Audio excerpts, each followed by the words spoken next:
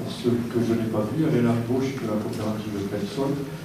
Je suis responsable de l'activité biologique. Je vais vous présenter des dispositifs collectifs que l'on a mis en place à la coopérative. Ces dispositifs, c'est pour nous une façon différente de pouvoir impliquer nos agriculteurs dans l'analyse de la coop et dans l'échange. Donc, tout d'abord, un petit historique. Notre première démarche collective institutionnalisée à la COP, ça a été une MAE territorialisée qui a duré 5 ans, qui a concerné certains agriculteurs sur 10 000 hectares. C'est une MAE réduction progressive de l'utilisation des produits phyto.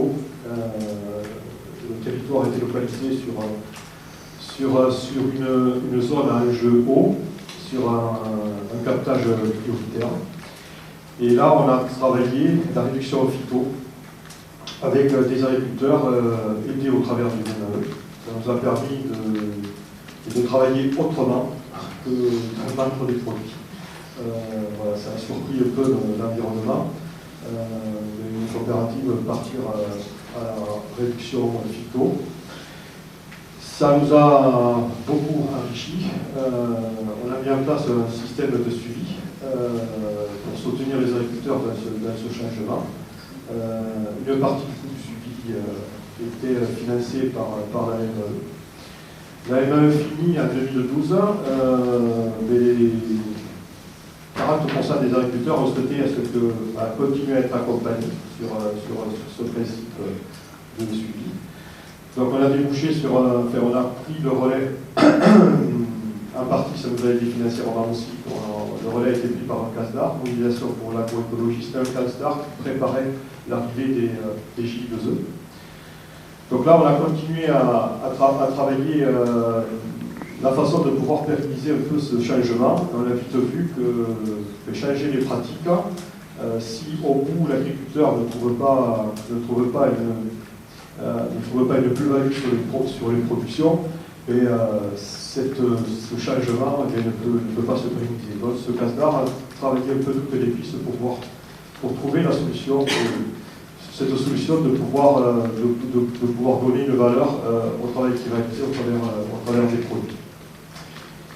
Et puis après 2015, à la fin du CASDAR, on a continué au travers de J2E avec 35 agriculteurs, et c'est là qu'on a travaillé cette partie qualité encore plus précisément, et c'est là qu'on a lancé le référentiel HVE que l'on a testé sur certaines agricultures. Voilà. Et l'HVE finalement certainement une solution, là je vous dirai ça dans quelques temps, peut-être une solution pour tenter de valoriser les produits issus de ces exploitations à changement.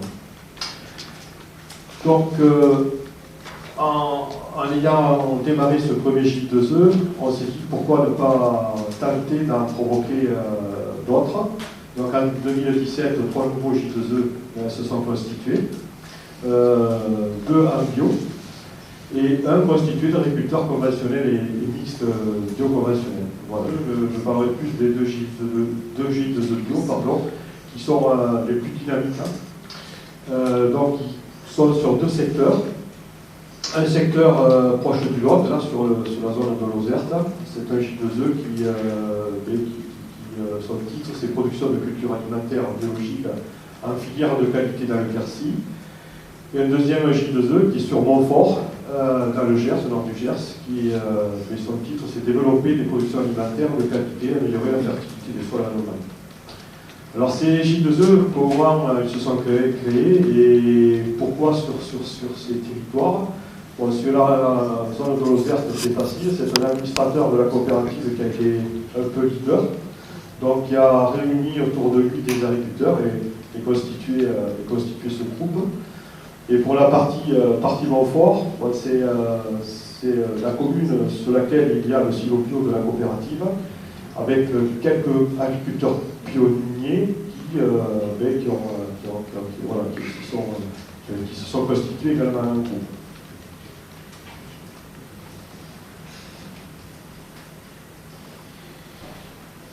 Alors, L'orientation, vous l'avez vu au travers de ces deux J2E, c'est vraiment la production alimentaire de qualité.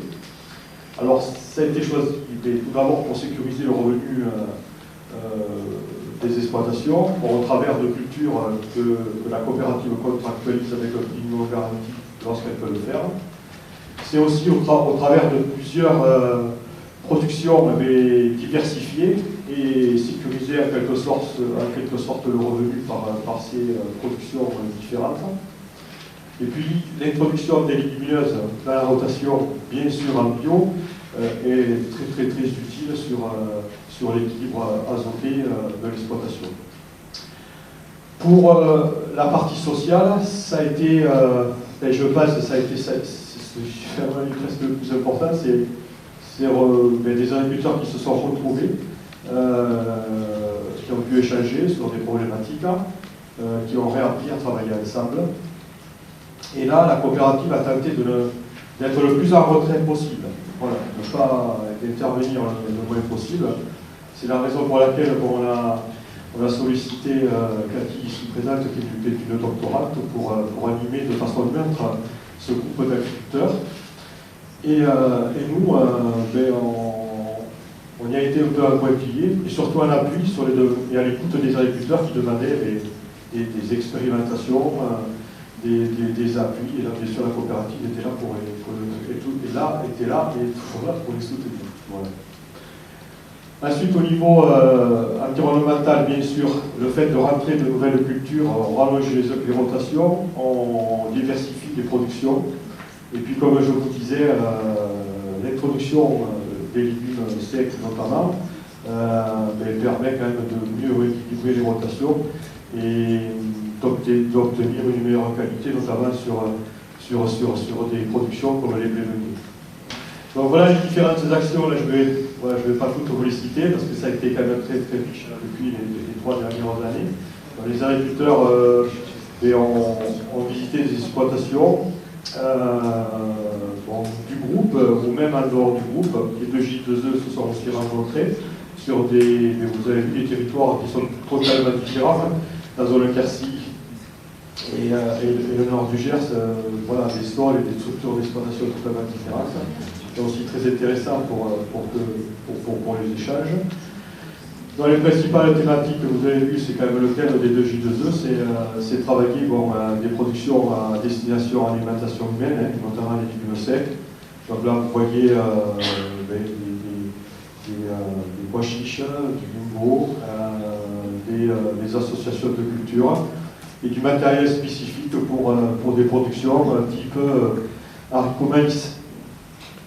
Donc là aussi, entre agriculteurs, ils ont pas mal, ils échangent pas mal sur des façons de pouvoir créer, améliorer du matériel et mieux travailler.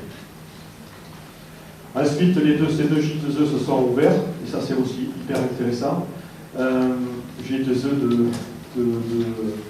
de Montfort a fait des interventions sur l'école de Beauvaisin, présenter un peu l'intérêt des légumes secs d'alimentation auprès des élèves, montrer les cultures.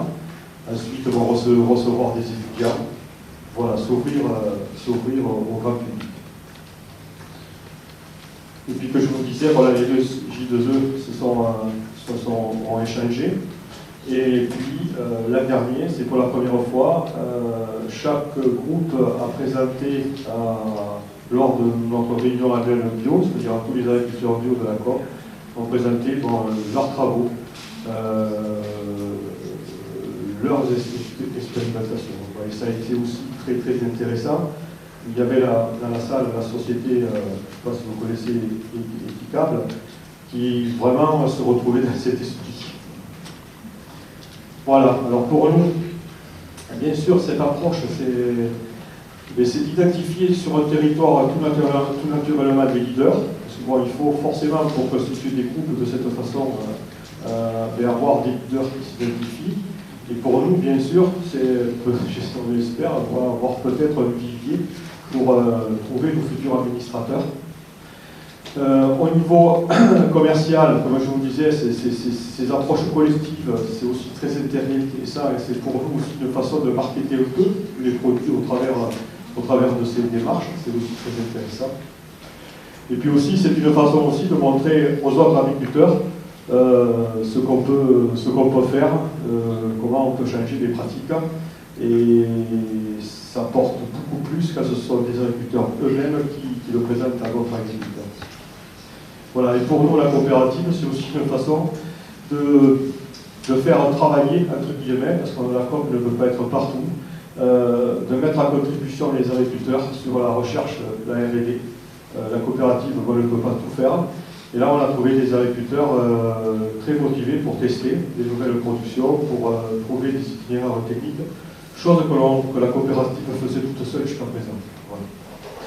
Donc c'est une petite expérience là qui débute et on espère avoir d'autres groupes qui se constituent. La limite, c'est trouver bien sûr un leader, quelques leaders pour prendre en main l'animation d'un groupe. L'inconvénient, c'est la partie administrative, parce que bon, ne serait-ce que convoquer des agriculteurs, les inviter, faire des comptes rendus, voilà, si la COP ou l'animateur n'est pas là pour pouvoir structurer un peu, mais on risque d'avoir des groupes qui ne peuvent pas durer. Voilà. Quelques questions.